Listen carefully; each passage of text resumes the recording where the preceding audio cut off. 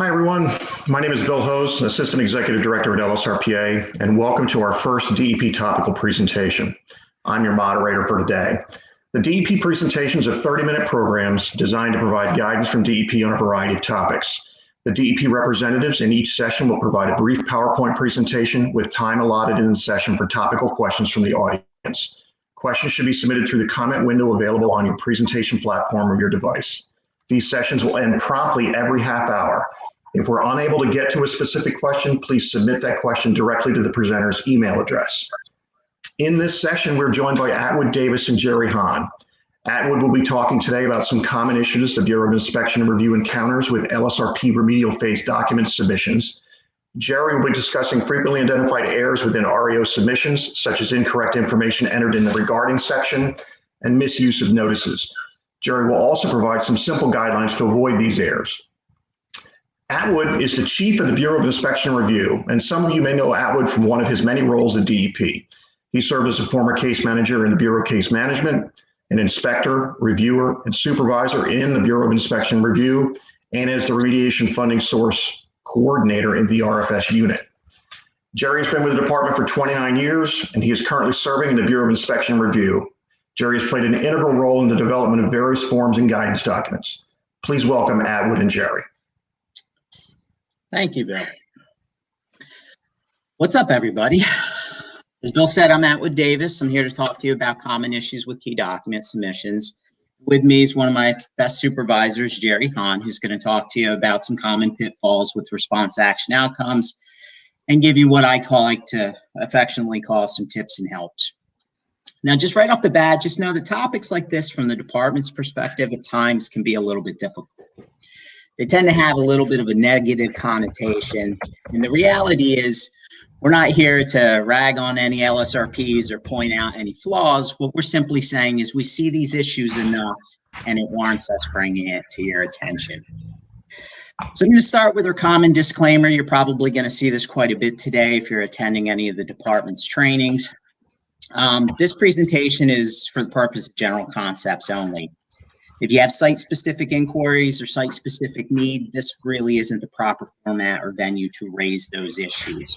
You certainly can email Gerry or myself, and we'll do everything we possibly can to give you a hand with whatever your questions are. So key document submission issue number 1, and this is with regards to regulated underground storage tanks. In accordance with 3.3b2 of the tech regs, a site investigation report is a required key document. Now, specifically what that means is you have to submit a site investigation report e-service through the portal. A standalone remedial investigation report does not satisfy this requirement. If you've done an RI, the simplest way to solve this issue is to do an SI service, do an RI service, and upload the same document to, you can even call it the SI-RI for the case. Common issue number 2, entire site versus area of concern via the e-service. Pretty much all of our services early on ask you, the LSRP, are you submitting it on behalf of the entire site or an area of concern? Please know that if you select the entire site option, you are indicating that a preliminary assessment has been completed. If you do this incorrectly, you start a whole series of unfortunate events with the department and my staff delving into NGEMs, looking at the case history, trying to find a preliminary assessment that was submitted and approved by the department or submitted and certified by an LSRP. One of the reasons that this commonly occurs is LSRPs want to represent that the document is complete for all contaminated area of concerns. You can do this with an AOC e-service, okay? Early on in the area of concern e-service, it'll ask you the question, what is this for out of how many? So this is a 6 contaminated area of concerns out of 6. Is my RI completed for all CAOCs associated with the case? You answer yes, you put a date in, you have credit, all right? It's important to note if you incorrectly upload an entire site document that should be an area of concern submission, we will request that you withdraw it, and then you're gonna have to resubmit it as an AOC specific submission. It's very important that the record for the case is accurate, the data miner reflects accurately our database, It can't stay as entire site if the PA wasn't completed. Common issue number 3, initial receptor evaluations. And we're talking specifically about the receptor evaluation exemption that's located at 1.12b of the tech regs. Basically, it states if you conduct unrestricted remedial action, complete it, and you submit your final remediation document within 1 year of the earliest requirement to remediate, you are eligible for the exemption. It's not or, it's and. If you do restricted use or limited restricted use, you owe us an initial receptor evaluation. If you're after the 1 year mark, you owe us an initial receptor evaluation. Now, our portal has logic behind it, and it's checking to see that these conditions are met. If they're not, and there's no record of the initial receptor evaluation being submitted, or you're not uploading it in your submission, you're going to get a flagged notification of administrative incompleteness. Now, this document currently is innocuous. It just tells you that there's an issue. We're working with our Bureau of Information Services folks to correct that so that the service will specifically tell you what's missing. In this case, an initial receptor evaluation. And then finally, for me, my final issue, this is LSRP versus LSRP. And specifically, I'm talking about a non-key document submission in this instance. What I like to call this is the mom I'm telling scenario. But all joking aside, to give you the background, this specifically or normally occurs, we see it the most on ISRA cases. You have a responsible entity trigger the requirements of ISRA through a real estate transaction. They retain an LSRP to see them through the remediation process. And around about the same time, the current owner or operator hires an LSRP for the purpose of reviewing the retained LSRP's work. And naturally, through review of the work, they come across certain things that they disagree, they challenge, whatever aspect of the remediation that's being conducted by the retained LSRP. They promptly pull together a correspondence, and sometimes it's a 300-page dissertation of everything that they feel is wrong with what the LSRP is doing. For the review LSRP, if you are in the review capacity, you must direct your correspondence to the retained LSRP. They are retained, they are in charge of the cleanup, they are in charge of the remediation. You can certainly copy the department. We will add it to the case file, we'll upload it. Just know that as you are not retained, it does not meet, the correspondence does not meet the definition of a key remedial phase document. That document that you submit will not go through the traditional inspection or review process. For the retained LSRP, you are required to consider this information pursuant to the Site Remediation Reform Act and specifically Section 16I. It's got to be a part of your professional judgment. Now, the last section of this citation specifically states that the LSRP shall disclose and explain in any document submitted to the department any facts, data, information, qualifications, or limitations known by the LSRP that are not supportive of the conclusions reached in the document. So you're required to disclose this information. There is a disagreement, and you're required to respond to it. It is that aspect of it that the department will perform a review on.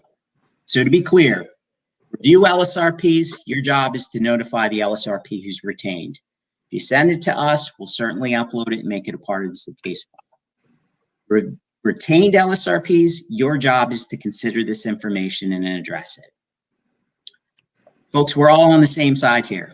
All LSRPs want to see that remediation is done properly. For the reviewers, contact the LSRP early on. Let them know what you've been hired to do and the fact that you're going to be reviewing their work. For the retained LSRPs, share your information with the reviewer. Share it early, share it often. Some of the best cases that we've gotten at the department, some of the best work has happened under this scenario where two LSRPs assisted one another and they arrived at a really awesome finished product. Okay, that's it for me. Gerry, you're up. Well, thank you, Atwood. Thank you, Bill. Hello, everyone. I trust you are all doing well. I'm here to talk a little bit about some of the common pitfalls associated with the REO submissions. The department, in cooperation with the regulated community, established numerous notices to account for the majority of case situations. Thoroughly evaluate your options prior to changing promulgated language. Usually that causes everyone a lot of difficulty. Quite often, if you need to modify the language, something may not be correct with the submission. If you feel you need to modify the REO shell, please consult with the department first. Next slide, Atwood. Thank you. I will be referring to the RE section. I often talk to you folks about this, or the reference section of the REO throughout this presentation. This slide is a screenshot of the RE section in which the LSRP will include only the applicable and current site information. Be sure that you verify all this information, including block and lot. This is where quite often we have a lot of the pitfalls that occur. Next slide, please. The scope of remediation identifies your areas of concern or entire site. The below example provides all the details necessary to identify the area of concern. While not required, it is useful to include the tank numbers that can come off the UST registration database. This is particularly helpful when there are multiple USTs at the site. Another example is a surface spill. Type of product, approximate location, the origin of the spill, and quantity, if known, are all helpful identifiers. Sometimes you have these big sites, you can have multiple areas of discharges. It's nice to know where these things are at.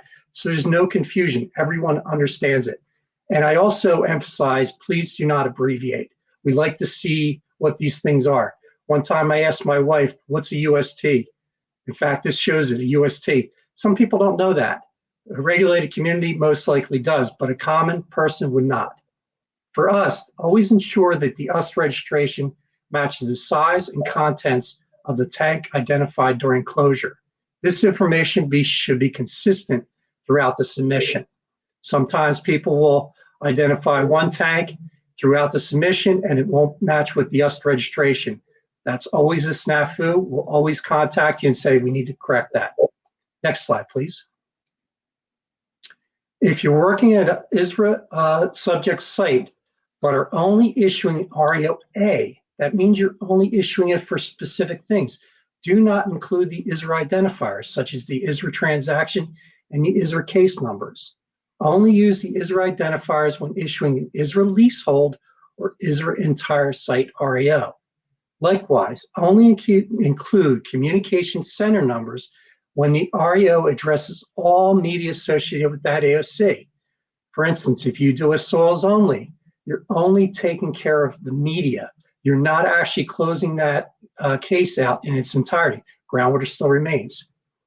Finally, only list well permit numbers for those wells that are being properly abandoned under the subject REO. That would be under the RE section as well. Next slide, please. The majority of notices highlight conditions that are not being addressed as part of the subject REO. Examples are off-site claims, building interiors, etc. If a communication center number is listed in the RE section, that means it's being closed out in its entirety under the REO. It should never be identified again under the notice section, such as the off-site claim notices or the groundwater contamination not yet investigated notice. If you see our logic, you have it under the RE, you're closing it out, but yet you're identifying it under a different notice saying it's still an active issue. Next slide, please.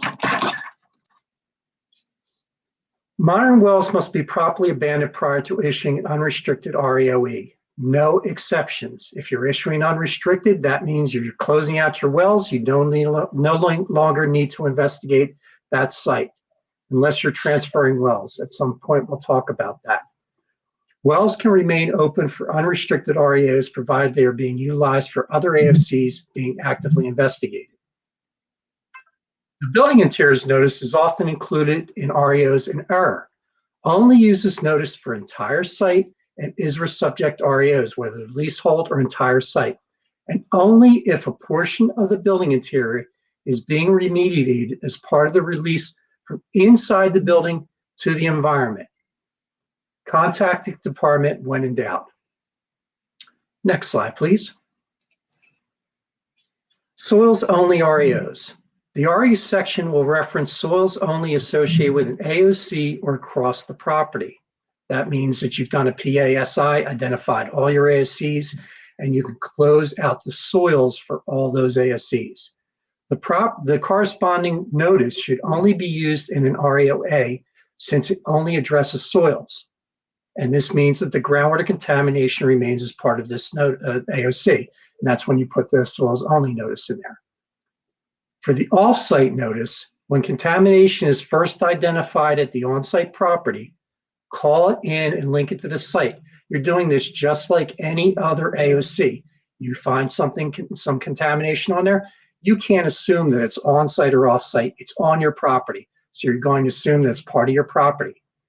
Then if a PA, an off-site source investigation, confirm that the contamination is from an off-site source, call in a second number as a verified unknown off-site source. This number does not get linked to your site. So when you're issuing your REO, the first communication center number goes in the RE section, and then the second communication center number is entered under the off-site source notice. There are times when if you find that there's a CEA on your property from an off-site source, somebody's actively tracking that contamination that you've identified, then that's when the time is to point the finger at somebody else and say, okay, this is definitely from them. They have a CEA, and if they have a communication center number, you can use that. Otherwise, call it in as a verified unknown off-site source. That's the end of my presentation. Thank you. Thank you, Atwood and Gerry. And now we'll open it up to questions in the comments field. We do have one question that's come in so far. It is a question that says, if you are working as a reviewing LSRP for the property owner, also an ISRA party, but not the LSRP, do we need to retain ourselves in the portal? Seems like we might need to if we are working on the project under SARA 2.0. Not that I'm aware of. The intentions are whoever's the PRCR who retains their LSRP for the case needs to be retained through the portal. If you're simply acting in a review capacity, albeit with another ISRA subject property that may or may not be undergoing remediation, you're not going to retain yourself for the site that's in question. Okay. Have another question. If I am issuing an REO for a multi-tenant leasehold, can I include the known on-site contamination source not yet remediated notice within the document to address contamination on that property? No. Think about the leasehold as a mini REO within the site. So when you do a leasehold, an ISRA leasehold, you're doing a PASI. You're looking at everything under the footprint of your tenancy. That can include the building that you're occupying and any other areas that you may occupy on the property. If you're including that notice, that means that you haven't addressed something. You can't issue it then. It's just like an REOE. And then there are other people I've noticed that they include that notice because when they're doing their investigation, they find areas of concern that are off the property, that are off their tenancy, and they think, oh, well, we should include that. No, don't do that. It's not part of your tenancy. You don't include it. Okay. I'm issuing an area of concern REO, but contamination remains on the property that has not yet been addressed, that is not associated with other AOCs on the property. Which notice should I use? Okay, well, if you think that they're not part of your AOCs, then you would want to do an PA and SI and determine whether they're part of the property. If they are part of the property, you would use various notices such as the known on-site contamination source not yet remediated, which would include soils and a groundwater component. If it's just groundwater, then you would include the groundwater contamination not yet investigated. Now, if you have a CEA or D notice on the property, and you know that those AOCs belong to that, then you would use existing classification exception area or D notice from prior remediations. Okay. We have another question asking, can you repeat the building interiors not addressed information? Sure. So you're doing it for three things. You're doing it for an entire site. You're doing it for a ISRA leasehold, and you're doing it for an entire site ISRA case. The only time that you do it for something other than that, first off, you have to have a building on the site. I've actually had LSRPs put the notice in and there's no buildings on the property.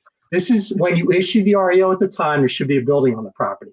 The only other exception is when you have contamination from inside your property. Say it's an above ground storage tank. It's ruptured, it's discharged through the concrete into the environment. What's happening is you're cleaning up the soils and groundwater below the foundation, but you've also excavated out that concrete to remediate that. That's when you put it in that notice. Okay, thanks, Gerry.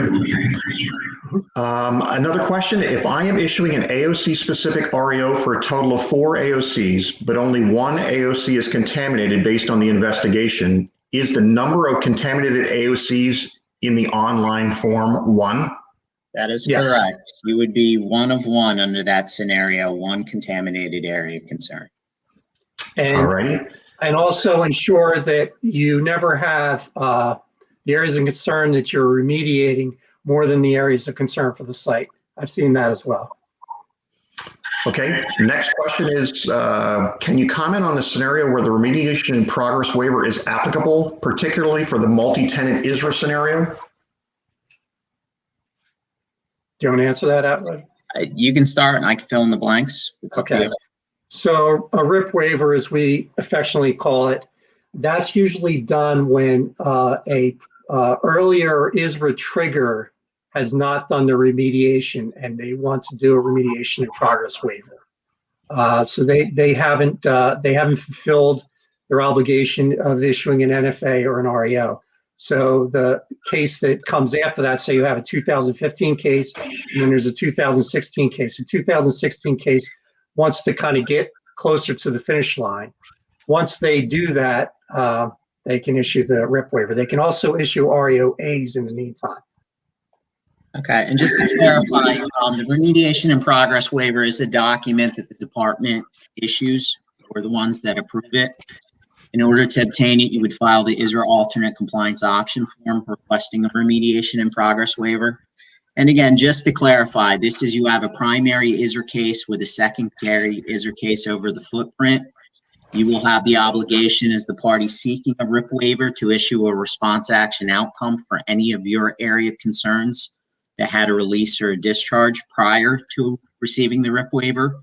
If there are no discharges or CAOCs associated with your operations, you're still going to have to discuss the current areas of concerns that are being addressed by the primary case, just with the objective of saying this is their area of concern. We didn't use that as a part of our operations. We're not responsible for it. It's being handled by the primary case. And then finally, the only other thing I would include in that statement is in order to get a remediation in progress waiver, the primary case must have established and be maintaining a remediation funding source. All right, we had a question that's asking whether or not they can get a copy of these slides. A PDF copy of these slides is planned to be made available after the conference. We also have a question. I have performed a clean UST closure with no soil or groundwater contamination. There are no other issues at the site. Would I issue an REOA that includes no notices? And I understand now that the building interiors not addressed is not applicable. That is correct. You would issue an unrestricted area of concern REO. Yeah, unrestricted. And if there are no categories or qualifiers that require a notice, it is certainly okay to issue an unrestricted response action outcome for those tanks and not incorporate any notice. Okay, another question. Is an ISRA PA required for sites where there is significant case history that started with the ECRA SES approved by the DEP? This is kind of an in-between. So if there is an old school SES, as an LSRP, you would be obligated to review that SES to determine if any of the situation has changed between then and now, meaning are there any additional area of concerns, et cetera.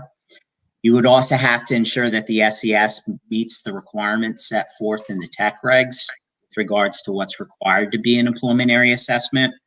If you can make the argument that the SES does qualify for a preliminary assessment, and you can make the argument that there's been no change in AOC status, you may be able to rely on the SES in conducting a preliminary assessment. I will tell you, though, that quite often LSRPs look at that SES, they look at the time period that has gone on since it was done, and they quickly realize I need to do an updated preliminary assessment. All right, we have time for a couple more questions. I'm going to pull one here. I'm issuing an REO, but my client wants to keep some of the monitoring wells on site to monitor groundwater contamination just in case a new release occurs. Can I leave those wells open? So monitoring wells can only remain open if they're part of a groundwater RAP investigation.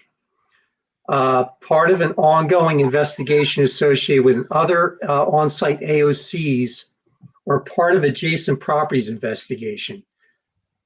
We have had individuals in the past say, listen, I want to leave a couple to monitor, I want to leave a couple monitoring wells open just to see how site conditions are throughout the site. They will act as conduits. We do not want them left open. That is a no-no. We will definitely flag that and tell you you must close them. We've had people leave them, and then what happens is they do development. They wind up destroying the wells, and then now we're stuck with potential conduit, and we're trying to find those wells. So yeah, the question is, if you're doing it just to monitor conditions and no other AOCs are open on the site, then no, close them, please. Okay, we have 3 more questions, and that's probably about all we have time for. This is specific to the RIP waivers, Atwood. The example that you just gave regarding the RIP waiver, where you mentioned the initial ISRA AOC would have to be discussed.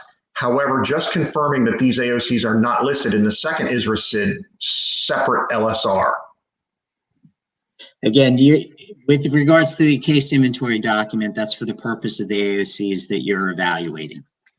So if we're talking about the previous cases area of concerns, you may not want to put them in the case inventory document, but you certainly want to discuss those area of concerns in your preliminary assessment. Okay, next question. Can a soils only unrestricted use REO or REOA when site-wide groundwater requires a limited restricted use REO? Can you repeat that, Bill? I think the question is, can you issue an unrestricted use REO for soils when site-wide groundwater requires a limited restricted use REO? Yes, because the REOA is only associated with the soils. And that's when you use the soils only notice in the back, and that identifies that groundwater still remains, but that's focusing just on the soils. Yeah, and to follow up, the only thing that I would say is if you then follow with the limited restricted use for groundwater, which will affect close your case with the department, the case will have an overall case status as limited restricted use because we always default to the most protective restriction. And to add to that, when you're issuing a limited restricted use after you're wrapping everything up, you can basically identify your say it's underground storage tanks or whatever kind of discharge. You can identify them in there instead of just saying groundwater associated with those tanks or so forth, because basically you're wrapping up that AOC in a nice little package. Okay, guys, our last question. Can you shed some light on how to address missing monitoring wells prior to issuing an REO? For example, former PA mentioned that there were likely monitoring wells, but I can't find any on-site or in data miner. Yes, you would contact somebody in Lynn Stout's group, the well permitting group. They'll help you assess that. If you're dealing with really deep wells, they're going to be a little bit less applicable to help you because that would definitely serve as a conduit. They're looking for the shallower wells, and they'll be able to assist you with that.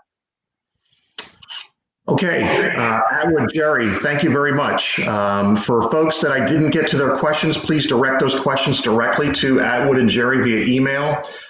We're about to move into our next session on remedial action permitting. So for those of you that are able to, please hang around and you'll hear me go through the same introduction again. So for the folks that are joining us for the next session. So hang on a few minutes and we'll get started. All right. Thank Thanks, you. everybody. Be sure to reach out if you have any questions. Otherwise, go be great.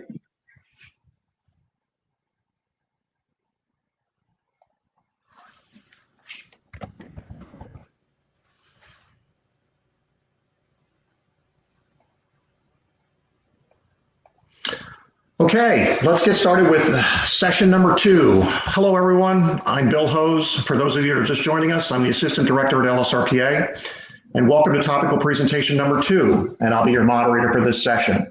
The DEP representatives in this session will provide a brief PowerPoint presentation with time allotted at the end of the session for topical questions from the audience.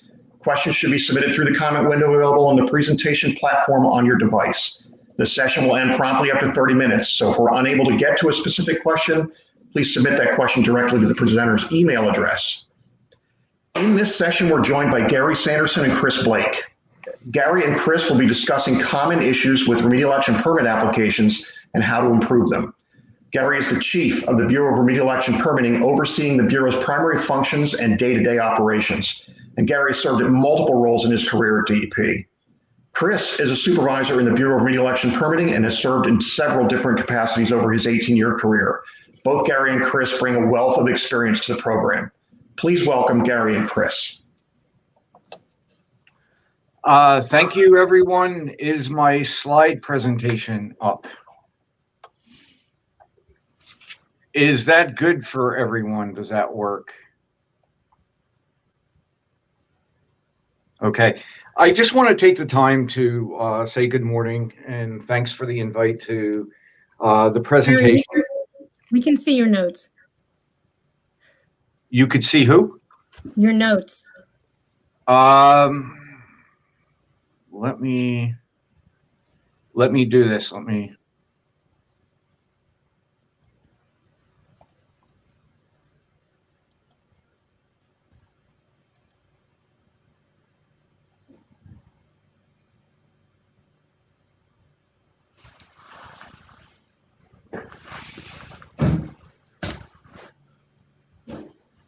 How's that? There you go. Okay, sorry. It seems over the last couple of days, I certainly feel like I'm on Hollywood Squares and, sharing a square with people. I just want to go in and kind of reintroduce Chris Blake because he's an important part of the Bureau and how it happens.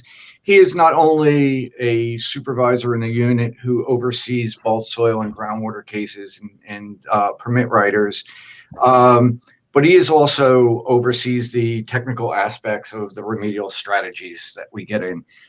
Many of you may recognize Chris or have dealt with him through the technical consultations that you may have attended.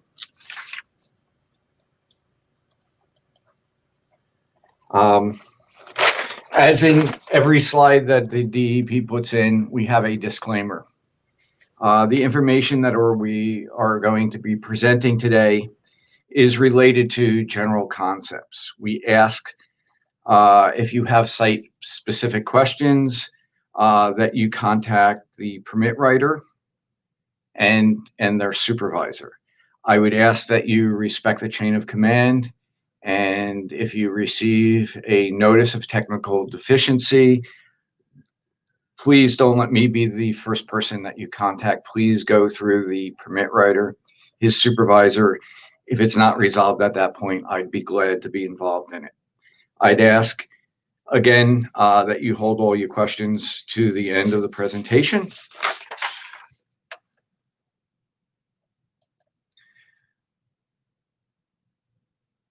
Oh.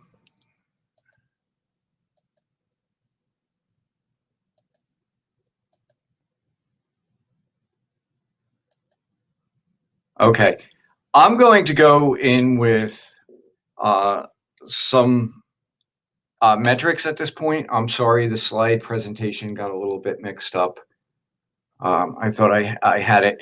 But looking at our metrics for our soil applications, the applications that we reviewed from July 1st, 2020 to December 31st, 2020, we see that 172 applications were reviewed, 98 notices of technical deficiency were issued, 23 permit applications were withdrawn, and 5 permit applications were considered incomplete and rejected. At face value, we see that 49% of the applications were issued notices of technical deficiency, and 16% of the applications were withdrawn or rejected.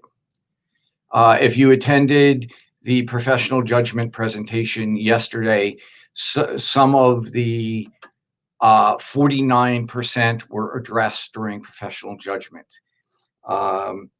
We certainly would ask that you explain yourselves in the permit applications, and we could see that a large number of these permit applications were accepted.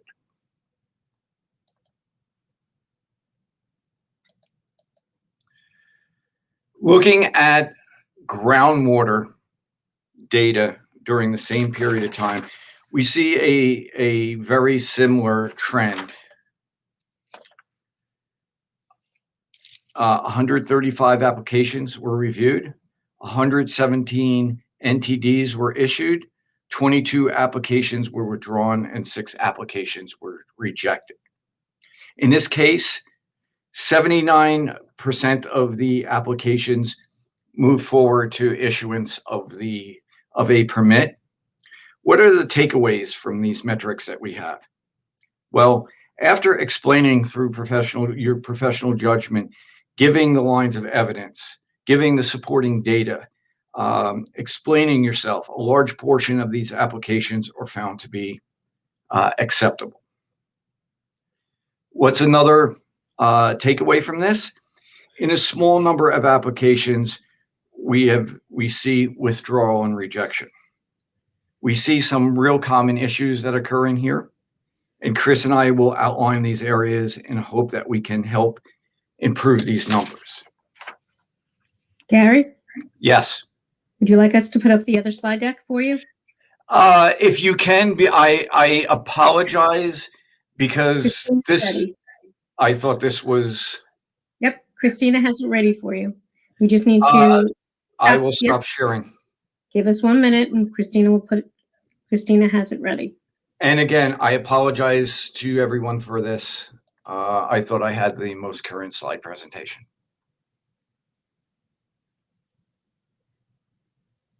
You know, there are people that are high tech, there are people that are low tech, and there are people who are no tech. I think everyone could realize where I fall in on this. I started sharing my screen. So Yes, thank you. If you could go on to the next slide, please. Okay. I would like everyone to repeat after me. And this one, you can vary from the rules and deviate from guidance. There is nothing that says, there's nothing that we have come out with that says you can't. The small print is that you have to explain. You have to give us the explanation, your lines of evidence, and all supporting documentation in the RAR and the permit application, and with section K. Section K is something we added recently, and it's a marvelous section where you could explain anything to us. Again, we need all supporting documentation. We need the lines of evidence for your professional judgment. As Atwood Davis and I stressed yesterday, we need a standalone document. Please remember that the permit writers are not case managers, and they don't have independent knowledge of each of these sites. They don't know they don't know the information that happened in the past. They don't know the information for surrounding sites. So it's very important that all the information be presented within the remedial action report and the permit application. Next slide, please.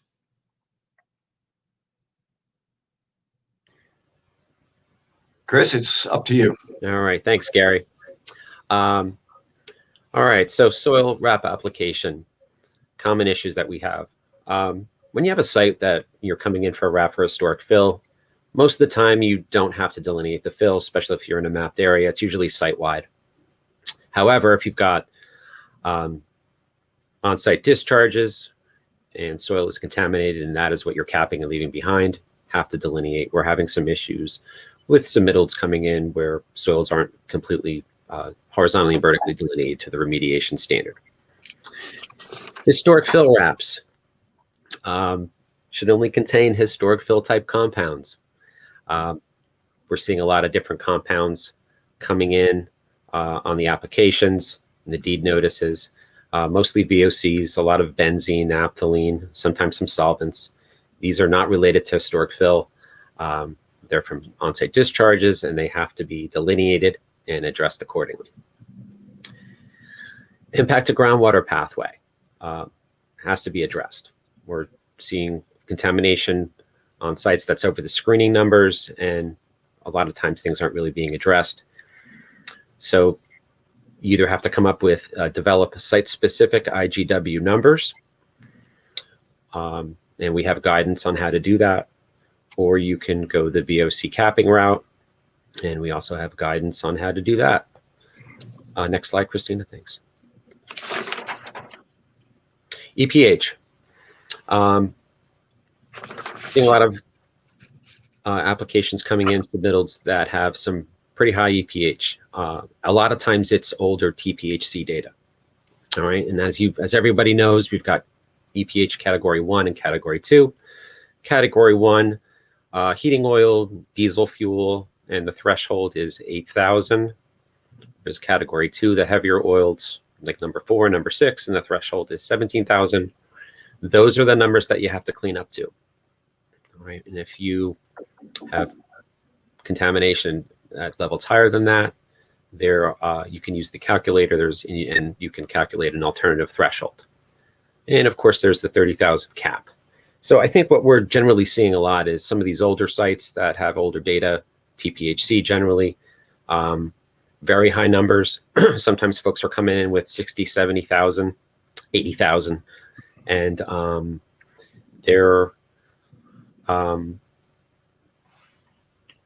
we're generally suggesting that these areas be revisited.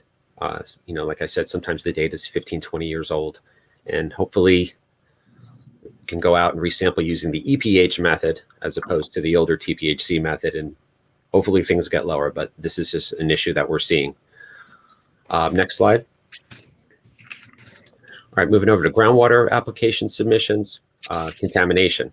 Groundwater has to be delineated horizontally and vertically to the remediation standard at the remedial action stage when you're submitting your RAP.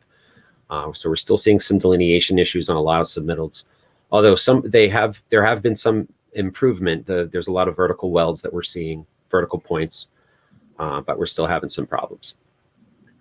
M&A RAPs, groundwater contamination has to show a decreasing trend or a stable trend.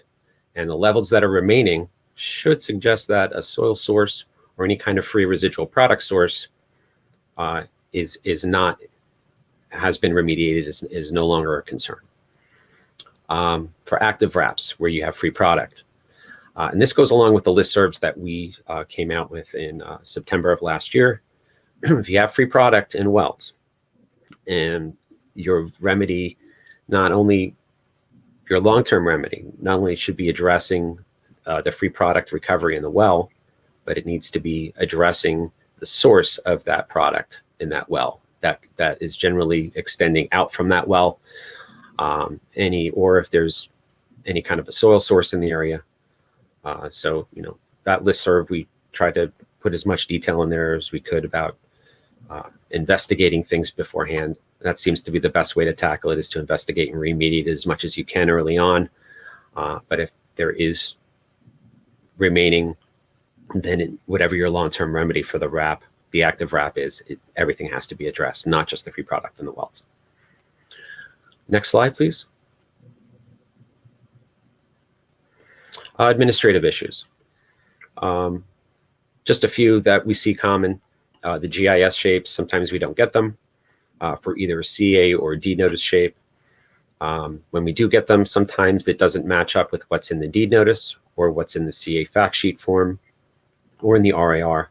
And a lot of the permit writers are chasing after to find out what the correct shape is. So please make sure that you send in your shapes and they match up with everything that you're submitting that's in a report or a form. Financial assurance model documents. I'm not going to go into a lot of detail. Mike and Jennifer are going to be talking about this after this, but we're generally not getting the correct model documents when you have an engineering control and you have to post financial assurance. I would just like to add at this point, when all else fails, please request a technical consultation. These are a mechanism for you and the department to get together and share ideas and concepts. I think the ones that I have attended came to a pretty good resolution where suggestions were given on both sides. And I think it is a great way to come in and with a complete application in the beginning. A technical consultation should not be after the permit is submitted and we are reviewing the remedial technology. And so please do it prior to the submission of the application so the application is as complete as possible. One other thing I just want to mention, and I'll leave it up to Rafael on the extension and explaining it. I don't want to get into a whole bunch of explanation, but recently we have received a lot of remedial action permits, and of course in response to the deadline. I would ask you to look at them. If there's any of these permits that you submitted that you really think you need to address professional judgment, or consider coming in for technical consultation, I'd ask that you withdraw those permits and resubmit them when they're complete. And that would certainly help us. Again, if we don't have to issue an NTD, you don't have to respond to it, both of us save time and money in the process. And Chris, if you don't have any other comments, we could move on to questions. Okay, let's open it up for questions in the comments field. I don't see any questions that have come in yet, so I'm going to ask a couple of questions if you guys don't mind. Gary and Chris, do you always need to have an upgradient well or a vertical well? We generally like to see an upgradient well. Vertical wells, absolutely. As most of you folks out there have heard, that we generally like to have a 360 delineation. It just helps us with receptors. I know there's always the question, what if there aren't any receptors? But you are coming in with a RAP to do long-term monitoring. You're going to get an RAO. We just want to be, we're trying to be protective. Yeah, and I just want to stress at this point is, in what I said before, you can vary and you can deviate. So if under these circumstances, there's site-specific, again, information that would lead that you would not, it was completed, or you felt that it was completed, or you did not need it for certain reasons, certain wells that were installed, that's professional judgment.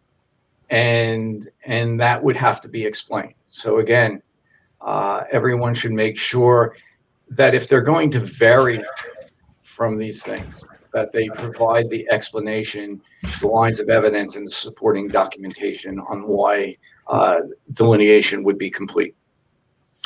Okay, along the same lines, a question came in, can the upgraded well be a temporary well, for example, at Ust Farm area? For delineation? Yes. Yes. Yeah, of course. Okay. Yep, not an issue. It's just, obviously we want to see a well network to be monitored, but if you come in with temporary points for delineation, we don't have an issue with that. Okay, I have a specific question here. A site with arsenic ranging from 150 to 400 ppm in overburden fill type soils. AOC is a former UST area of fuel oil. Site has always been a construction yard in historic usage. Can it be considered historic fill with a denoticing cap? Understand the concentrations are not typically in historic fill concentration range, but do you see any non-regional arsenic areas having historic fill contaminants in that range?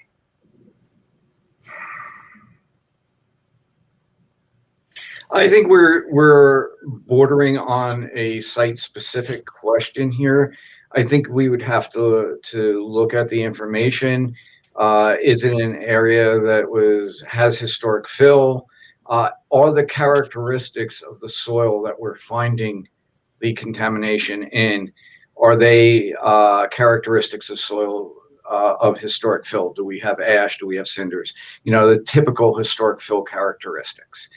I wouldn't want to say an answer one way or the other, but we would consider it based on what was at the site. Okay. We have a comment and question together. The implication of the horizontal and vertical delineation requirement is that a minimum of 6 wells is required for groundwater delineation.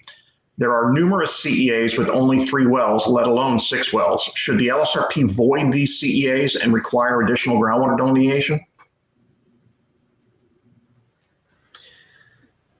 I mean, I don't think that's necessarily, like Gerry had said before, you have to go with your, being the LSRP on the case, you have to kind of go with your judgment on, 3 wells may not be enough. It depends on the levels. It depends on a lot of other things than just the number of wells. Right. So, and it all depends on when the CA was established. Was it established in the RI phase, where we would take into consideration modeling for the delineation of groundwater? Is the CA a part of something that was done in the past under a NFA? Certainly, we would look that it remains protective. So when a BICERT was submitted, if it was a older case post NFA, or a post NFA was now coming in for a permit, we would just look that it remains protective. Hey, listen, we've issued a lot of NFAs in our days. Some of them when we didn't have policies regarding vapor intrusion, and some of the numbers were rather high and maybe over the screening levels for vapor intrusion. If those type of cases were to come in for a permit at this point, and they were sitting there under a post NFA activity, we would ask that be looked at, so that the protectiveness of that be looked at. So further delineation may be required. Yeah, and that kind of goes back to the question about the temp wells, or even some grab samples. That might be a good site to go. Maybe we need to revisit this plume a little better.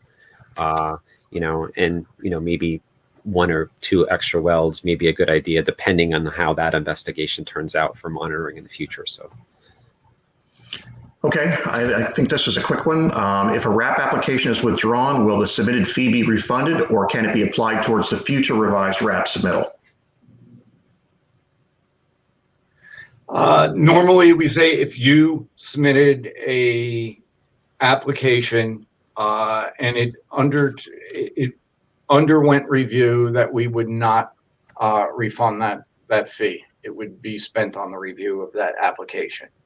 Yeah. If we did not review it, that's something that we would, as in my request earlier, and you withdrew the application prior to us reviewing it, that's something that I would have to discuss with my management to see what we would do.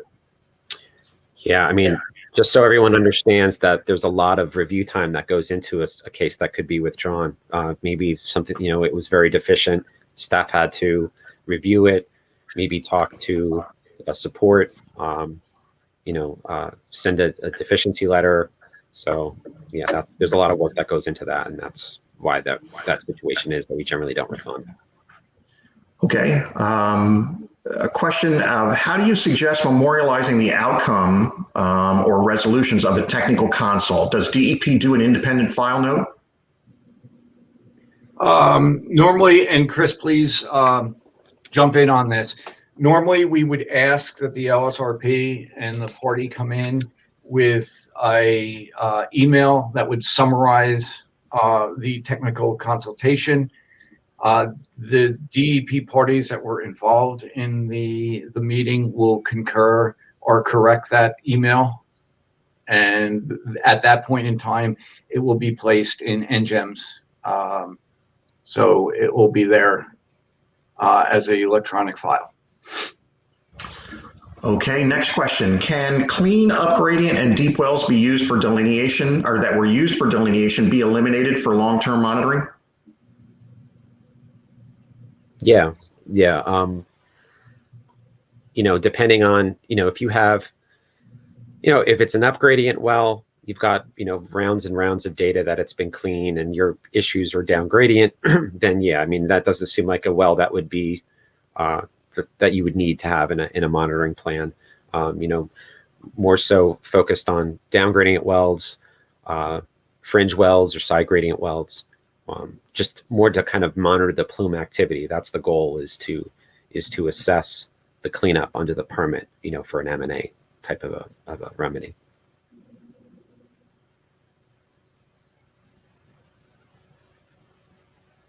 Unmuted. What if there are side gradient delineation constraints for monitoring well installations like a railroad?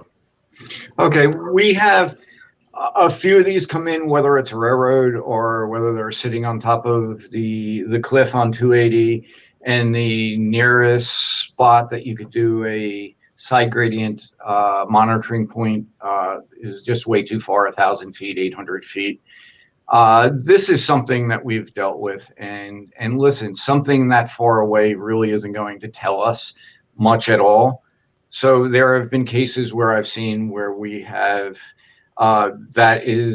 would be basically coming in with a variance that, no information that we could get from a well 800 feet away unless it's down gradient delineation is really going to help us. And I've seen in cases, again, that we've issued variances for that. Or I should say accepted variances.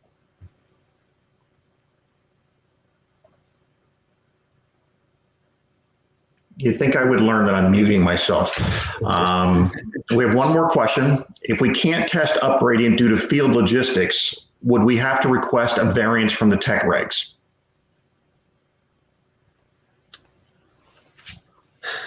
Yeah, I mean, just kind of along the same lines of the previous question and Gary's answer. I mean, if there's constraints, then yeah, that would be something that you want to talk about. That, hey, you feel that we can't, but we know, but we provided some modeling data or some lines of evidence to say that it's protective. Of course, if we could go in that direction, we would. And we ask that it be explained in that as a variance and or a deviation. If you're installing an engineering control, a cap, and it's not going to meet the capping guidance, please explain to us that what you're doing is a deviation from that guidance, and what you've put in is protective in that end, and do it within the realm of a deviance or a variance. Don't explain it away and tuck it in somewhere. I think we would like to see it explained as a variance if it's from the regulations, and a deviance if it's from the guidance. Gary and Chris, thank you very much. That concludes this particular topical session presentation. I see there is one more question that came in. Unfortunately, we will not have time to address that. Please address that directly to Gary and Chris via email. And within the next few seconds, we're going to start with financial assurance and RFS. Thanks. Thank you, everyone. Thank you.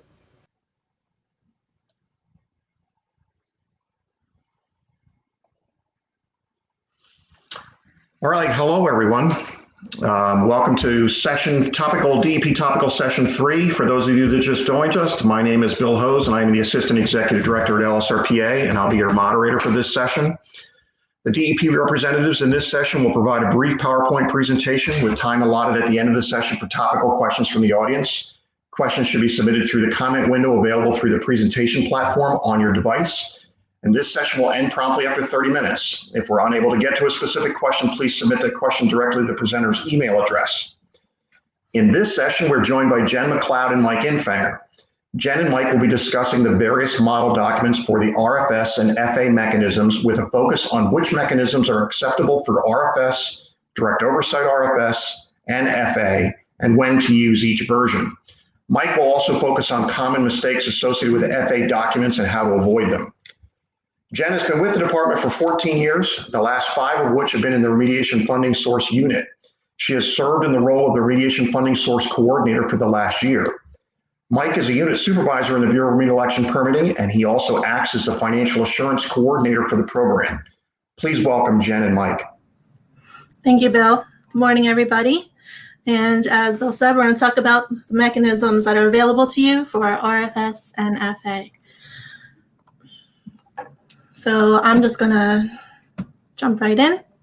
Hopefully everybody can see this table and don't need a magnifying glass to see what it's saying. But essentially, these are the 8 different mechanisms available for you for either RFS or FA, and also the different variants that we have and when it's appropriate to use each one. So for instance, with the Remediation Trust Fund, we have the standard RFS agreement, we have a direct oversight agreement, and then there's also the financial assurance agreement. Obviously, if you're submitting pursuant to a permit for financial assurance, you're going to be using the financial assurance variant. If it's a new ISR case and you're posting RFS, you're going to be using the standard RFS trust fund agreement. Where it gets tricky is the 2 columns in the middle. With the changes with SARA 2.0, you can use basically any RFS mechanism now for sites and direct oversight besides a self-guarantee. But depending on if you've earned adjustments or you're posting pursuant to a pre-purchaser administrative consent order, you can use the standard, or if you're in full-blown direct oversight, you're going to be using the direct oversight model. Just to contrast that a little bit, the letter of credit only has RFS and FA variant. So any type of RFS being posted, direct oversight or otherwise, you're using the RFS. And if you're posting FA for a permit, you use the FA version. As the LSRP, you're going to want to discuss with your client essentially which mechanism they're able to secure based on their own financial situation, as well as which variant is appropriate depending on the scenario. And then finally, which mechanism is going to best ensure that the remediation gets completed, as well as getting your own bills paid. So now I'll just briefly do an overview for each type. So the only 2 mechanisms where you can do an actual disbursement to pay for the cost incurred or to be incurred on the remediation are the Remediation Trust Fund or the line of credit. The other mechanisms can be reduced as needed, but if you want to be able to pay from the funding source, these are the only 2 choices you have. Again, as I touched on a minute ago, if you're in full direct oversight, even with the changes to SARA 2.0, the department still has to approve those disbursements. So we already have the Remediation Trust Fund direct oversight version in place, and we are currently working on a direct oversight line of credit agreement. That'll be available for use hopefully sometime soon.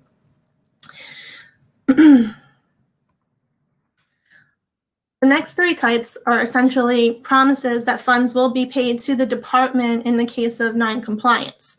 A letter of credit is banked by a bank or financial institution.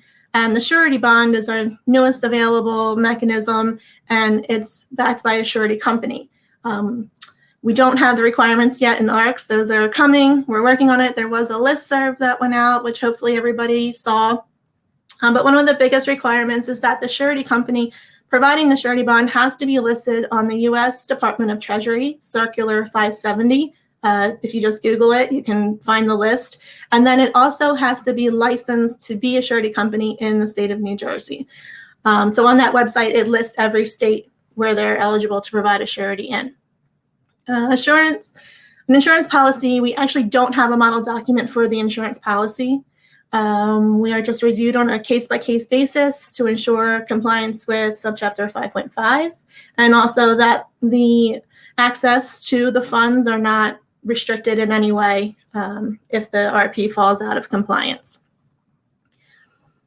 Okay, the last three types are kind of a mishmash here. The self-guarantee, again, only available for standard RFR, not for any direct oversight, adjusted or otherwise, and it's not for financial assurance.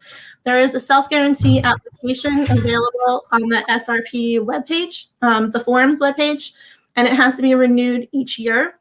There are 3 financial tests, and you have to pass all 3 in order to qualify. So, just passing one isn't enough. A loan or a grant, if your RP can qualify for either a hazardous discharge site remediation fund loan or grant, or one from the underground storage tank upgrade and closure fund, they can use that as the RFS, but it has to be approved ahead of time. Finally, a homeowners association budget is only available for financial assurance for a permit.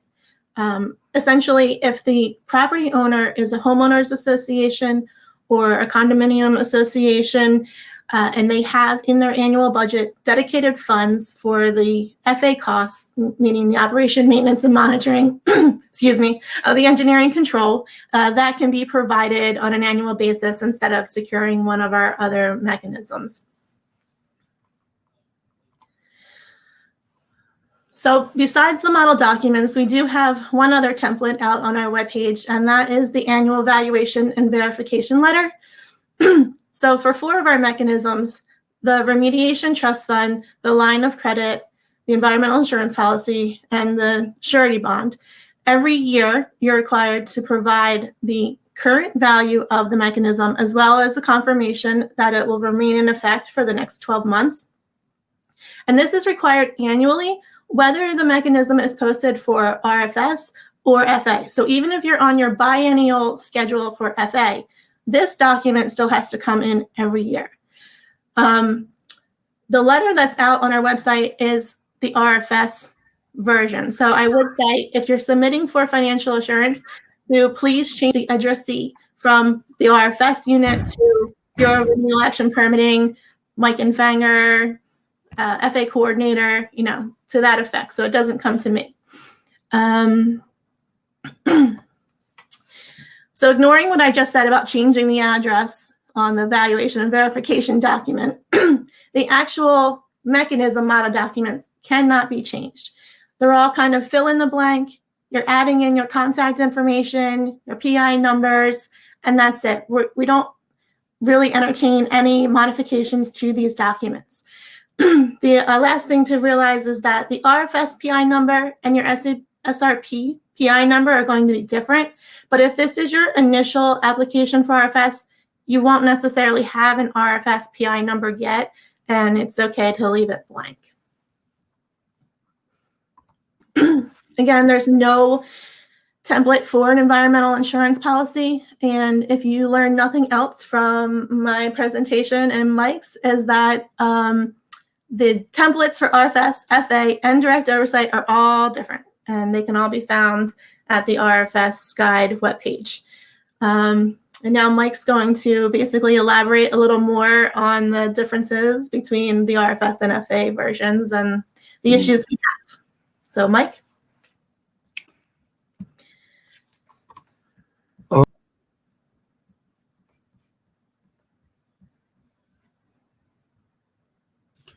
Looks like we just lost Mike again. So Hi, everybody. I am, oh, wait, no. I'm Lynn Mitchell, the Assistant Director. Mike, are you here? I'm And No. he's gone. And he's gone again. Wait. Okay. Hello? Mike? Yes. All right, are you here? And no. Okay, so I will go on from here just because, so we can keep this moving. So there are some problems with the financial assurance, very similar to the difficulties that Jenn has with the RFS documents, knowing where to find them, choosing the right document, and knowing how to identify that you have the wrong document. Next slide, please.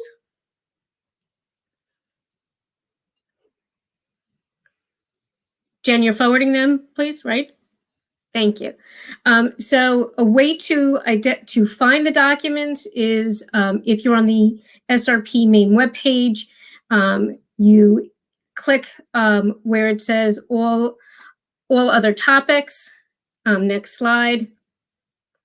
And it will take you to you can find the RFS, or you can just go to under the timeframes, and you can see the RFS model document listed there with the nice big red arrow. Next slide, please. It's also under where you have FA. You can find the documents. That will take you to where you have FA under RFS, and you can see that the documents are listed there. There are separate documents for the RFS and for the FA. Next slide, please. One way to tell what you're doing is the citations that you use for RFS. Your citation is listed here. The Brownfields establishes the requirement of RFS, and the Site Remediation Reform Act establishes the requirement for FA. So make sure if your document has the correct citation, you're using the correct document. Next slide. Another hint to make sure you're using the correct document is the FA will say, if you're using an FA document, it will say to the attention of the Financial Assurance Coordinator. The RFS says the Remediation Funding Source Coordinator. Something to note that the mail code is different between the two. And one of the mistakes that people frequently make is the mail code for financial assurance is 401-05 S as in Sam. That's not 2 5s, and that sometimes leads things to get lost. Next slide, thank you. Another thing to keep in mind when you're doing the RFS is it will say Remediation Trust Fund Agreement, or you would see whereas when you have financial assurance, you will have the permittee would be listed as being required. And again, you have the correct citation of being the Spill Act. Next slide, please. Another section is if you have payment for remediation, the trustee, if it's for RFS, it will say the LSRP. That's a way to know which one you're doing. These are just ways to know that you're using the correct model document. Next slide, please. For surety bonds, again, another thing that you will point out is it will say Financial Assurance Coordinator. And again, you would know it's the correct one with the correct mailbox and the correct bureau. Again, just ways of pointing things out. Yes, next slide. Thank you, Jenn.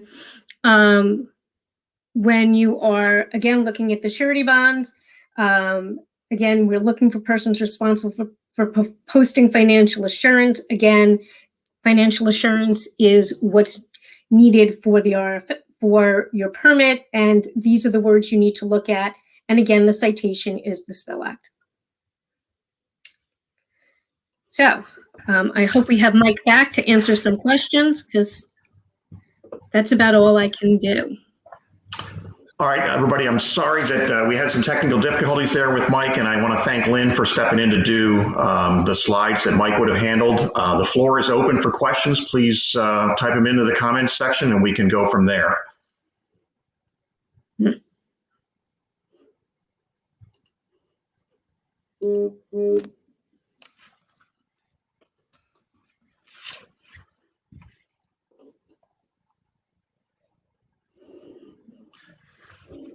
So we'll leave the comment section open for a little bit.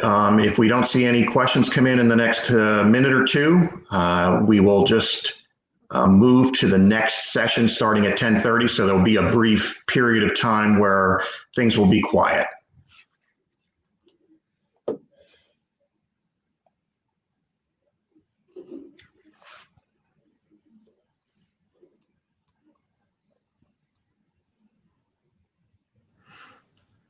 Must have explained everything perfectly. So, no.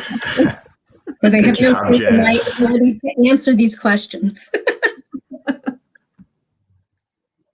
Well, it appears we're not going to have any questions come in. So I want to thank Jenn and Lynn and also Mike. I know I could see him coming on and disappearing in the background. So I know he was working hard to try to get in here, and I apologize to everyone for those technical difficulties.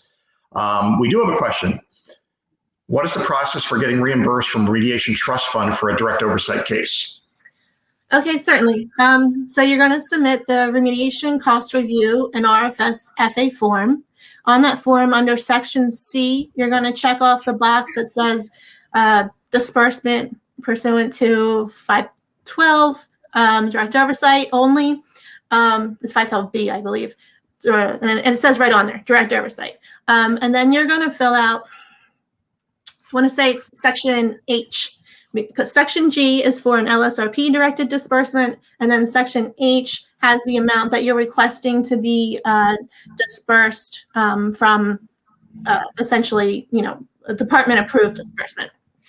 And then we'll take it in the RFS unit. You can submit it to our new email, the srp_submissions@dep.nj.gov. And then once the RFS unit gets it, we forward it to the direct oversight manager. They review it, and if they feel it's appropriate, they let us know, and then we issue a letter directly to the trustee instructing them to do the disbursement. Thank you, Jenn. I see that we do have Mike joining us now. Mike, Can you hear me? I can hear you. We do have another question coming in. Okay. Does being a PRCR matter versus having primary responsibility for permit compliance when requesting disbursement from a remediation trust fund when a site is in post-remedial care?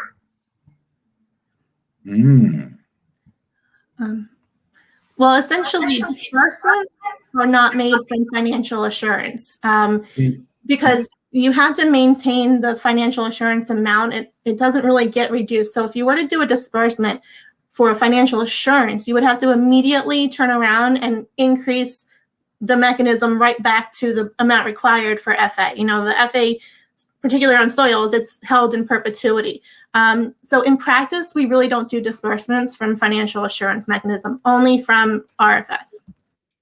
And I would like to add that the person with primary responsibility for permit compliance is just a name that makes life easier in BRAP.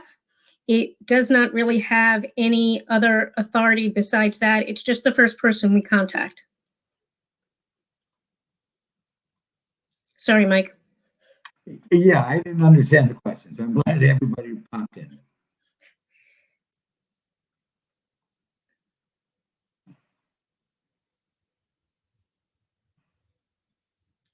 Bill, you're muted. In this world, I keep muting myself. We have another question. Do the fees need to be included in the RFS and FA estimates? Yes, in the FA, you put in 30 years worth of the annual fees for the permit. With RFS, you put in a 1 year of fees. And then, I guess that would be the annual remediation fee. And also the 1%. And then, yeah, okay. Okay, 1% surcharge. Okay, Mike, I wanted to open up the opportunity to see if there was anything in particular that you wanted to mention as some of the specific problems that you may encounter, anything like that? Yeah, I had sort of a script where I was going to say, you know, we have problems with people just picking the right link off the page. So people, Okay. I think they scroll down and then they come right to say letter of credit and they say Eureka, but they're taking it from the RFS section. You need to scroll down to the FA section. And another problem is sometimes the banks say, oh, we've done a DEP letters before, we'll just use one of our letters. And don't let them do that. You need to insist on using the right model every time and insist on reviewing it before it's sent in to the DEP. And then that's where I had those slides with make sure the citations are right. You know, go right to the whereases. That's where those citations are. And then also I wanted to mention section 4 in the remediation trust fund. You know, if it says LSRP, that's a funding source. It's not FA. Okay, thank you, Mike. Mm-hmm. We do have another question that came in. Is the RFS now an online upload? Not through the portal. What you can do is submit your annual documents through the new email created since remote working, which is srp_submissions@dep.nj.gov. If it is a new initial package, the original documents still need to be mailed into BCANE. But if it's just your annual cost review on the remediation cost review form, that can be submitted through the email. Thank you, Jen. Are there any other questions from our audience?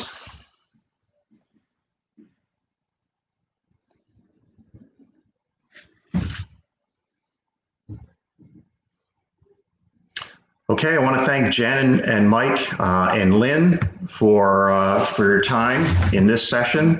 The next session will start at 10:30, and that session will feature Rafael Rivera, and he will be discussing timeframes and extensions, which I'm sure may be a hot topic. So look forward to seeing you folks join us at 10:30.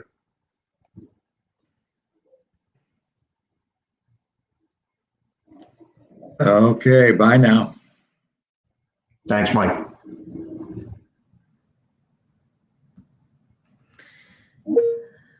Thank you, Jen.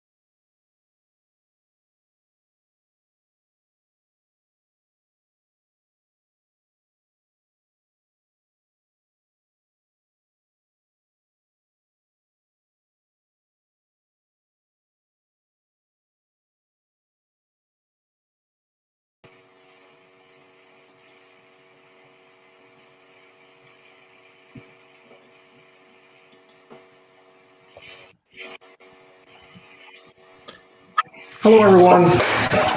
Welcome to session 4, DEP topical presentation number 4. For those of you who don't know, my name is Bill Hose. I'm the Assistant Executive Director at LSRPA, and I'm your moderator for this session. The DEP representative in this session will provide a brief PowerPoint presentation with time allotted at the end of the topical session for topical questions from the audience. Questions should be submitted through the comment window available through the presentation platform on your device. This session will end promptly after 30 minutes. And if we're unable to get to a specific question, please submit that question directly to the presenter's email address. In this session, we're joined by Rafael Rivera. Rafael will be discussing timeframes and extension requests. Rafael is a section chief in the Bureau of Case Assignment and Initial Notice, and he's been with the department for over 30 years.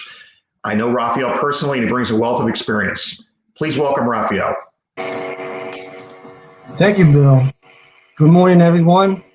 As Bill noted, my name is Rafael Rivera, Section Chief with the Bureau of Case Assignment and Initial Notice. Since our time is limited, I'm going to jump into my presentation to allow for more questions at the end. I will be highlighting some tools available on the SRP's website and going over the remedial timeframe notification form. As most of you know, the Site Remediation Reform Act required the department to establish mandatory timeframes for key phases of remediation, such as an RI and RA. In an effort to keep RPs on track, the department also established regulatory timeframes to avoid missing MTS, which result in direct oversight. A summary of the regulatory and mandatory timeframes can be found on the SRP's website under Quick References Guide. As you can see on the screen, if you go to the DEP SRP website, on the far left, there's Quick Reference Guide. If you click on that, it's item number 2, Summary of Regulatory and Mandatory Timeframes. It's my understanding also that the SRP is working on updating the document and hopefully be posted in the very near future. So a quick way to determine the timeframes associated with a case, also known as an LSR activity, is to use the case tracking tool report found on Data Miner. So if you go to Data Miner, this should be the screen. If you go under search by category, it brings up this screen, go down to site remediation. And if you scroll down to case tracking tool, what I usually use is the case tracking tool selected by PI number. And this is a cleaner version since it doesn't include all the tasks and activity tracking like the site search report. I know some people use the site search report, but if you have older cases, there could be multiple tasks, and sometimes it's a little confusing to try to find your submissions and their due dates. So if you go in, this is what the report will look like. The report summarizes the key phase documents, which correspond to due dates under the schedule section of the report. Now at the bottom, the cases are all initially set up with due dates that represent regulatory timeframes. As noted above, here, all approved extensions are reflected in the schedule section of the report. We will cover extensions later in the presentation. Make sure you check if multiple pages and activity number to make sure you're looking at the correct case. So up top here, you see the activity number. And also, I didn't have an opportunity to, or it didn't fit on the page, but there's some cases that have multiple LSR activities. So it's possible that you may have to page through the report to find your LSR activity or your case.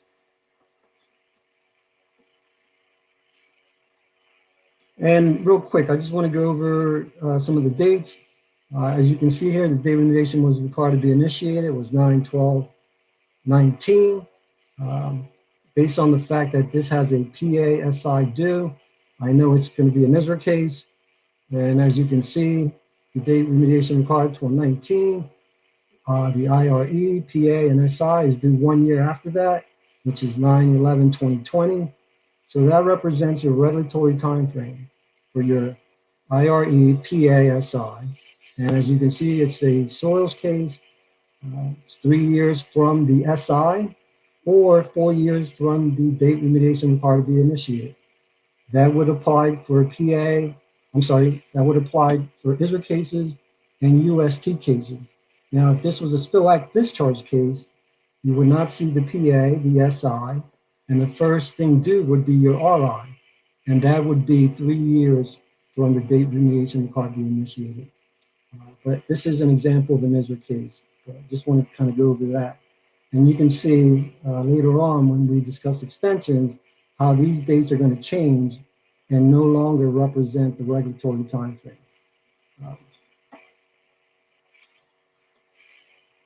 So moving on to the remedial timeframe notification form, this is the form you must use when requesting one of the following: either an extension request, lengthening, or contaminated media notification. Make sure you only check off the boxes that apply and complete corresponding section. We will need one form for each case, LSR activity. There's no need to reflect new dates in section C of the form for lengthening requests and contaminated media. Please reserve section C for extensions only. Also, make sure you check data minor to ensure that the dates are correct before submitting the remedial timeframe notification form. If the dates are incorrect, please email srwm_ngems@dep.nj.gov before submitting your form. It just makes life a lot easier for everyone. We're not trying to figure out why the dates don't match. Also, there was a listserv that went out in 2017 that indicates if you submit an annual remediation fee form through the online service and because you have groundwater contamination, that will not automatically update your timeframes. You still have to submit the form. On occasions, if we notice it, we will update, but there's no guarantee that we will catch some of these. So I suggest if the timeframes are wrong, please submit the form to update if you now have a groundwater issue.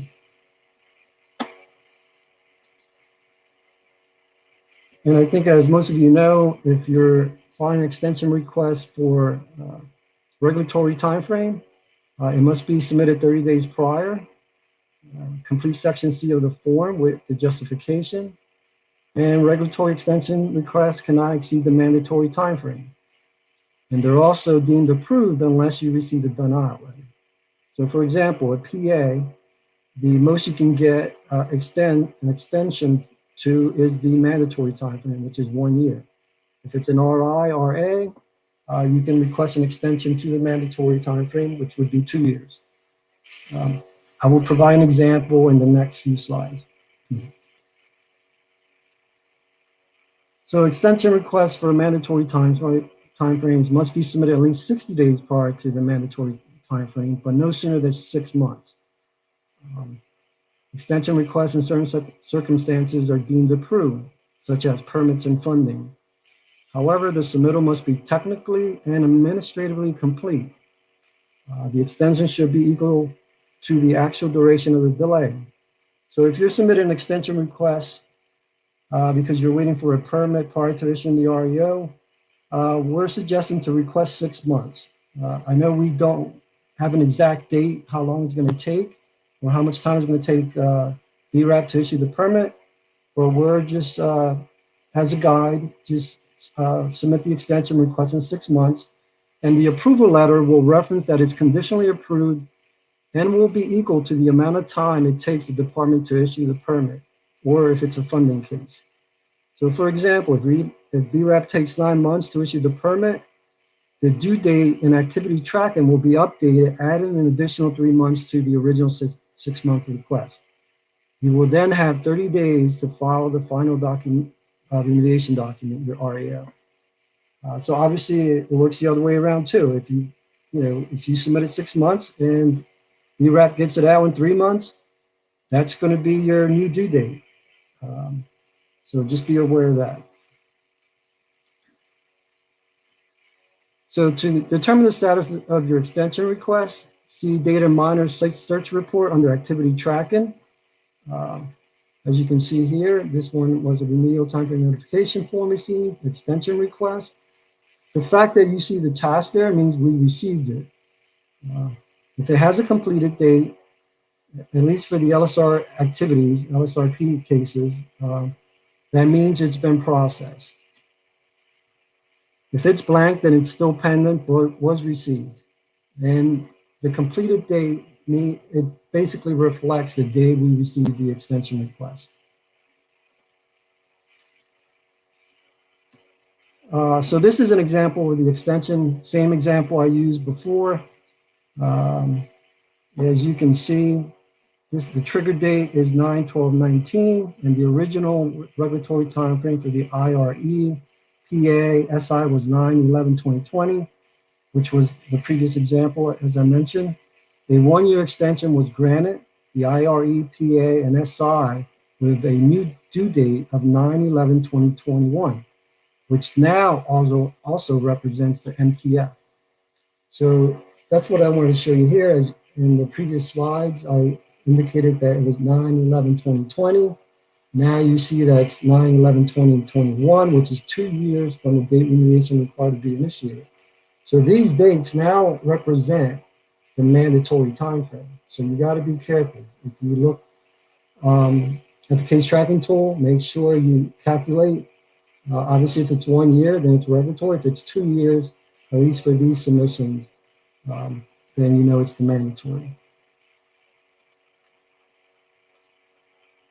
I would also like to provide some clarity to the lengthening section of the form. Lengthening requests only apply to the RI phase.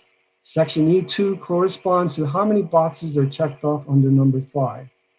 If the conditions apply to the site, obviously.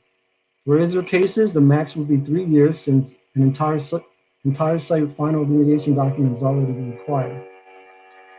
Lengthening media will change the RI and RA regulatory timeframes.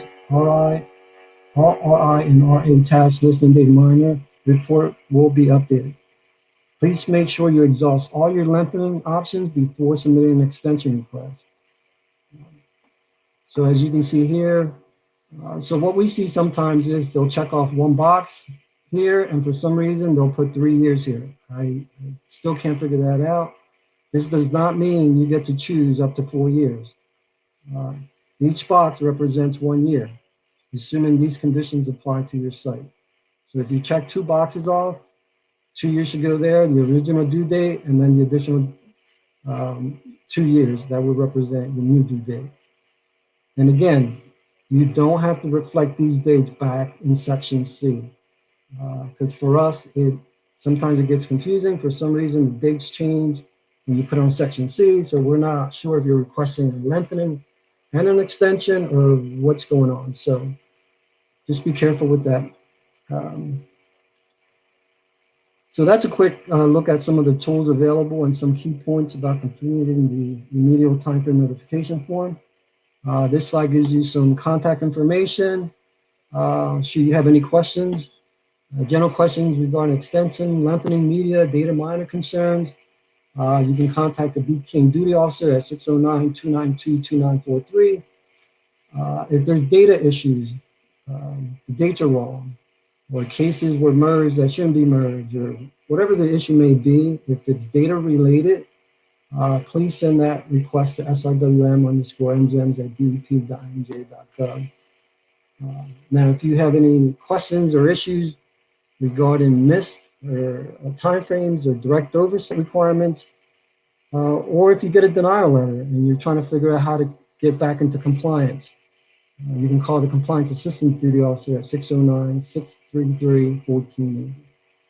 And I just added here, you can submit all remedial timeframe notification forms via the SRP submissions email at srp_submissions@dep.nj.gov.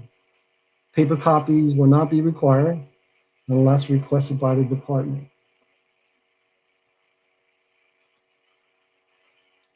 And if you have any site-specific questions, you can email me at Rafael.Rivera. Rafael.Rivera@dep.nj.gov. And I know the rule waiver listserv went out Monday. Unfortunately, this was all prepared before then, so I didn't get a chance to include some of that information.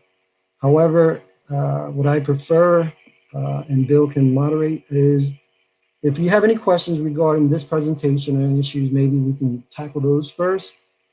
And then as far as the waiver, we can go into that afterwards. And I'll try to answer as many questions as possible. And whatever I don't have an answer for, we will definitely track and get back to you. So that kind of concludes my presentation, and we can ask questions. Thank you, Rafael. I see a couple of questions have come in. They are related to the, they're tied into the rule relaxation. So I'm going to ask them. If you needed additional time to address them, just tell them to actually send an email. So the first one is a circumstance where someone submitted a 2-year extension request a couple of months ago. The rule relaxation has come out. They see it in data monitor. The rule relaxation has come out. How does that affect their RA timeframe? So I'm assuming this is a 5620 case. It looks like it's a 2021 RA. It says an RA regulatory timeframe. Okay, and I guess it depends. If the form was processed and the time frame was kicked out to 2023, assuming they requested 2 years up to the mandatory 2023, what's going to happen is the timeframes are going to get reset, but we're not going to change the 2023 date.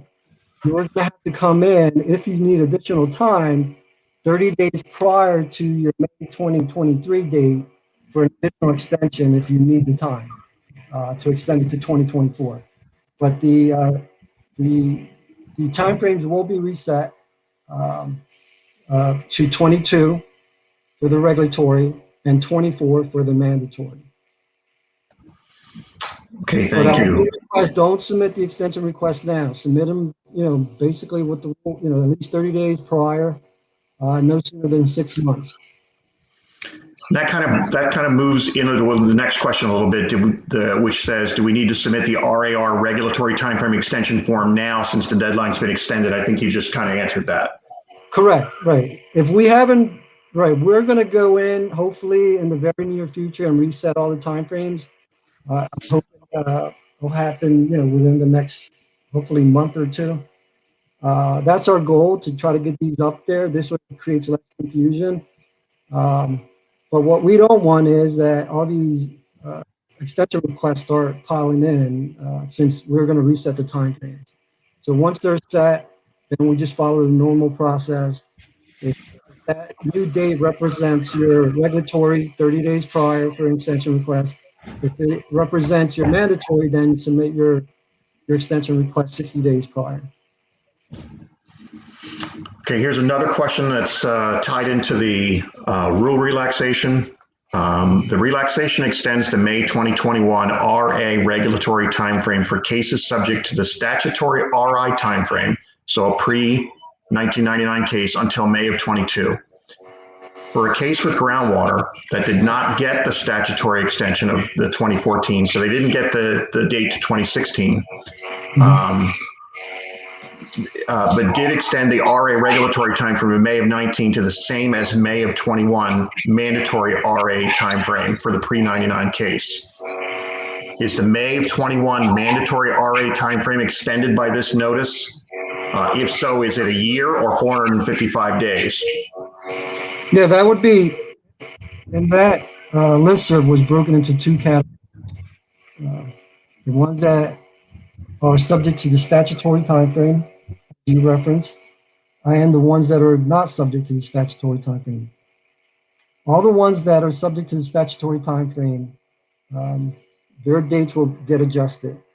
For in that scenario that you just explained, the mandatory timeframe for 2021 will now become 2022. It's going to be reset to May 2022. So that's going to be your new mandatory timeframe for the scenario you just was in. Okay. Another waiver question. rule relaxation question. If a site had a 2019 RA regulatory timeframe, 2021 mandatory timeframe, but did not extend the regulatory, does the rule relaxation extend the mandatory timeframe? And if not, can a person still apply? So can you repeat that one again? This is Sure.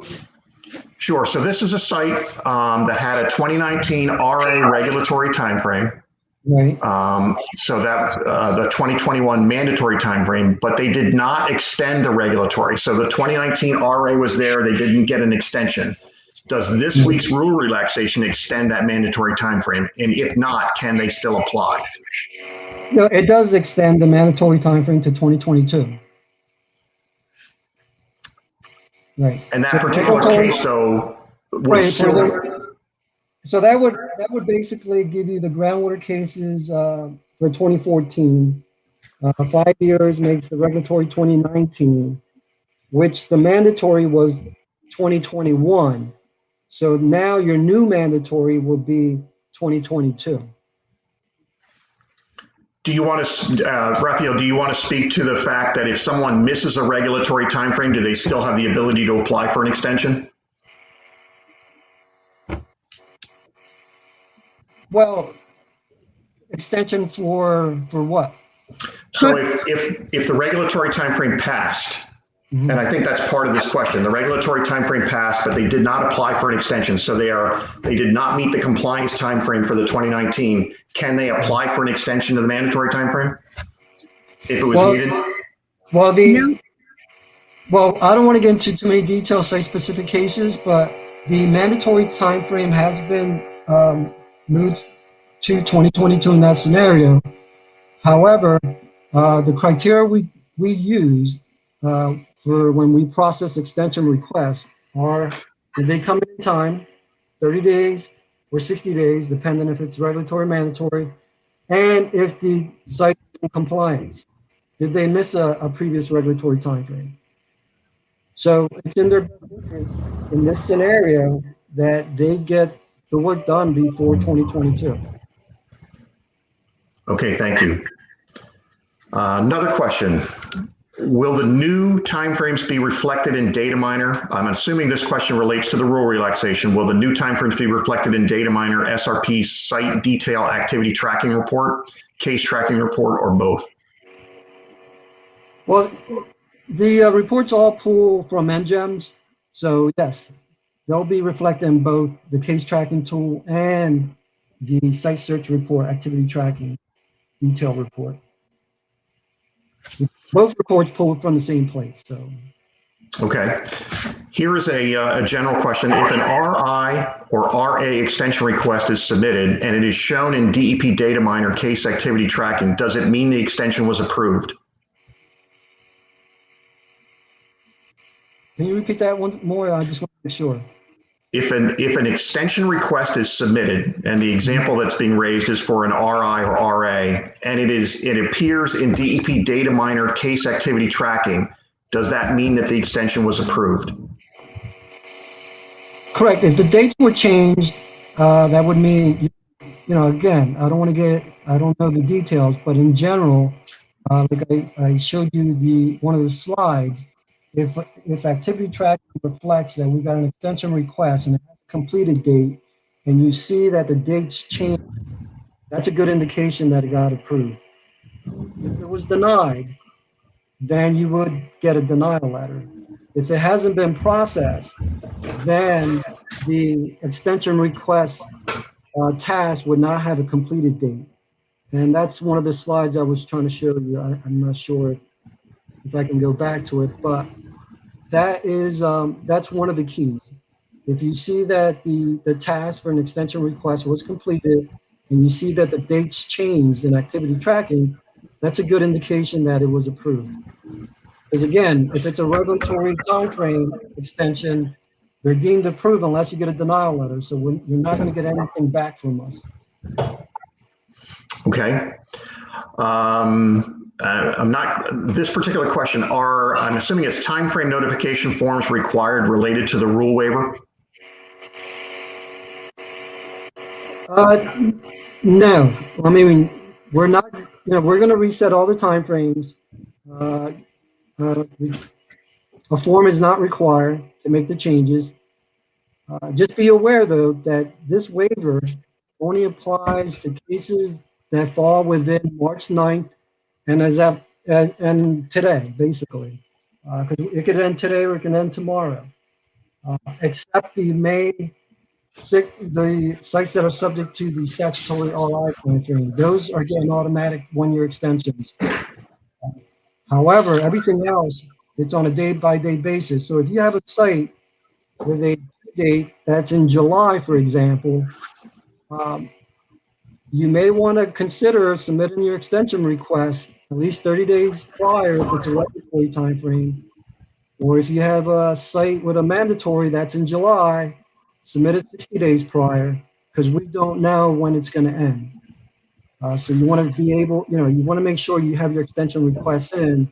This way it doesn't get denied later. Okay, thank you.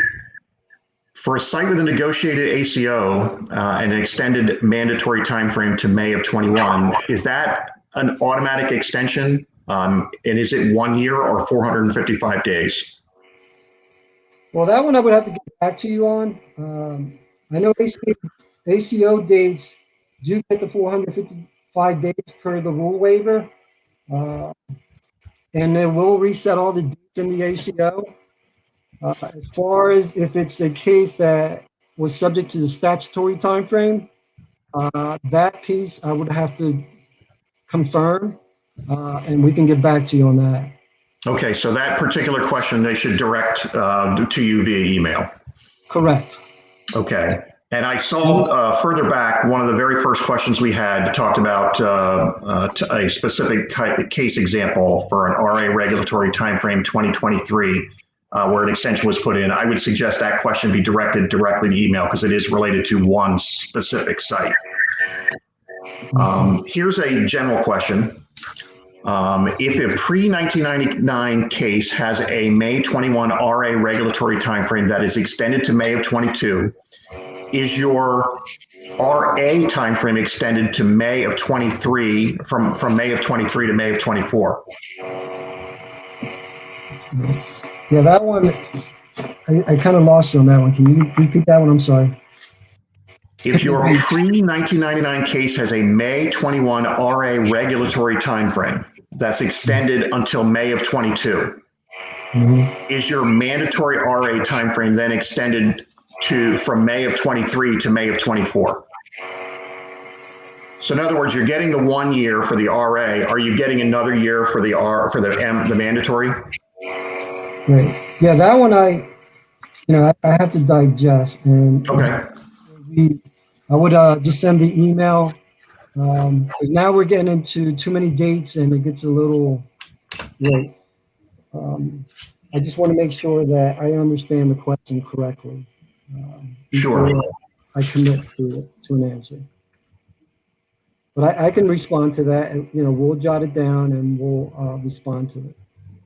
Okay. I have one more question that's come in on comments. Can you explain reset? If a site had an approved extension request of an RA regulatory timeframe to May of 23, will additional time be added automatically to May of 23 based upon this new extension notice? Well, I think this deals with the scenario where it was a May 6, 2021 case with the regulatory timeframe. They came in already for an extension request to move it to the previous mandatory, which was 2023. In that scenario, assuming it got approved or processed, we're resetting your timeframes. So the regulatory would be 22 and your mandatory would be 24. Now, we're not changing. When you look in activity tracking, you're going to see that the RAR is due 2023. However, you can come in for an additional year to push it to 24 through the extension process. So you would have to submit another extension request, obviously in 2023, at least 60 days prior to your regulatory timeframe. Yeah, I think one of the things that we're seeing here is there's distinctions between what an extension is and what a rule relaxation is. They actually mean slightly different things. So what came out earlier this week was a rule relaxation, and an extension process is something that's spelled out in rules. So when you do submit questions directly to Rafael about case-specific examples, keep that in mind.